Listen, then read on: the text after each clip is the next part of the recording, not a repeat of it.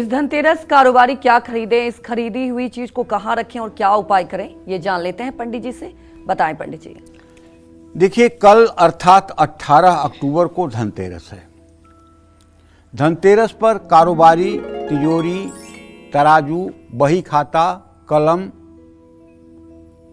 लपेटने के लिए कपड़ा लाल या सफ़ेद रंग का, ज़्यादा अच्छा होगा कि लाल रंग का या नारंगी कलर का कपड़ा खरीदें तो मंगलकारी होगा।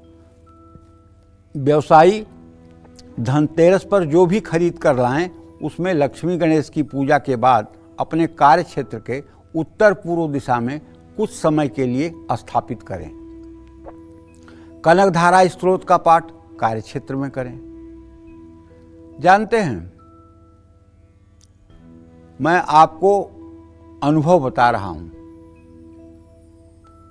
कथा तो ये है कि 7 साल की उम्र थी आद्य जगत गुरु शंकराचार्य की और उन्हें बहुत तेजी से भूख लगी थी।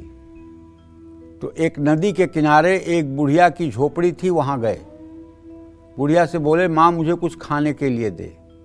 तो बुढ़िया ने कहा, बेटा मेरे पास तो कुछ नहीं है, एक यही आंवले का फल है, तू खाना चाहे तो खा ले।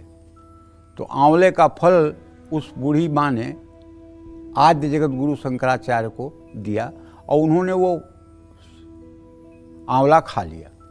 उसके बाद उन्होंने देखा कि बूढ़ी माँ इतने बड़े पवित्र हृदय की है और इसके घर में इतना बड़ा अभाव है कि खाने के लिए रोटी नहीं है।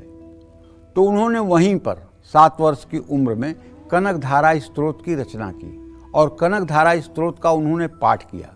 उसके प्रभाव से महालक्ष्मी प्रसन्न होकर के सोने के आंवले की 24 घंटे बरसात करवा दी और पूरा बुढ़िया का जितना घर था, आश्रम था, वो सब सोने के आंवले से भर गया। बूढ़ी माँ ने जब शंकराचार्य से प्रार्थना की तो उन्होंने माँ महालक्ष्मी से प्रार्थना करके स्वर्ण वर्षा बंद करवाई। कहने का आशय ये है कि आज भी इस कलिकाल में मैं पूरी जिम्मेदारी के साथ कह रहा हूं, अगर कोई कुमारी कन्या आपके घर में कनकधारा स्त्रोत का सुबह शाम एक बार पाठ करे तो उसके 3 साल पाठ करने के बाद आपके खानदान से जिंदगी भर के लिए दरिद्रता गायब हो जाएगी। और यदि कोई सुहागन महिला कनकधारा स्त्रोत का सुबह शाम 3 वर्षों तक पाठ करे तो उसके घर में धन वैभव की कभी कमी नहीं होगी। और कनकधारा स्त्रोत का पाठ हड़बड़ी में कभी नहीं करना चाहिए। हर समय कनकधारा स्त्रोत भाव विभोर होकर करना चाहिए। ज़्यादा से ज़्यादा 3 से 4 मिनट का समय लगता है। कैसे करना चाहिए, उदाहरण के लिए 2-4 श्लोक मैं आपको बताता हूँ। अंगम हरे पुलकभूषणमाश्रयन्तीं भृंगांगनेव मुकुलाभरणं तमालम् अंगीकृताखिल विभूतिरपांगलीला मांगल्यदास्तु मम मंगलमेव देवताया मुग्धा मुहुर्विदधति वदने मुरारे प्रेमत्रपा प्रणिहितानि गतागतानि मालादृशोर्मधुकरीव महोत्पलेया सा मे श्रियं दिशतु सागर संभवाया विश्वामरेन्द्र पदविभ्रमदान दक्ष मानंद हेतुरधिकं मुरवी दिशोपि ईशन्निषीदतु मयि क्षणमीक्षणार्धं मिन्दीवरोदर सहोदर मिन्दिराया आमीलिताक्षमधिगम्य मुदा मुकुंद मानंद कंद मणिमेष मनंग तंत्रम आके कर स्थित कननिक पक्ष्व नेत्रम भूते भवेन मम भुजंग सयांगनाया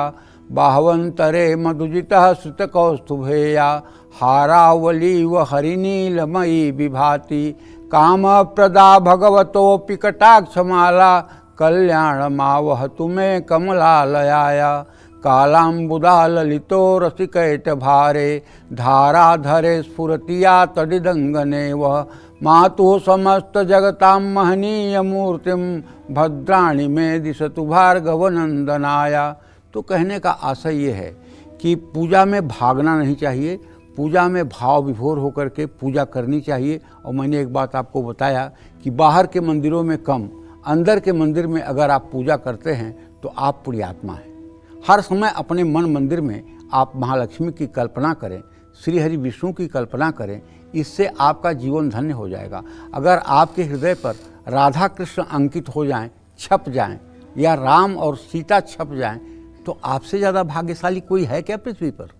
अगर आपके चिंतन में, आपके हृदय प्रदेश में अगर सीताराम की छवि विराजमान हो जाए, अगर आपके हृदय प्रदेश में राधा कृष्ण की छवि विराजमान हो जाए, आपके कृष्ण में, आपके हृदय पटल पर अगर भगवान श्री हरि विष्णु और जगत जननी जगदम्बा माँ महालक्ष्मी की छवि विराजमान हो जाए, अरे यार, आपसे ज़्यादा कौन पुण्यात्मा होगा?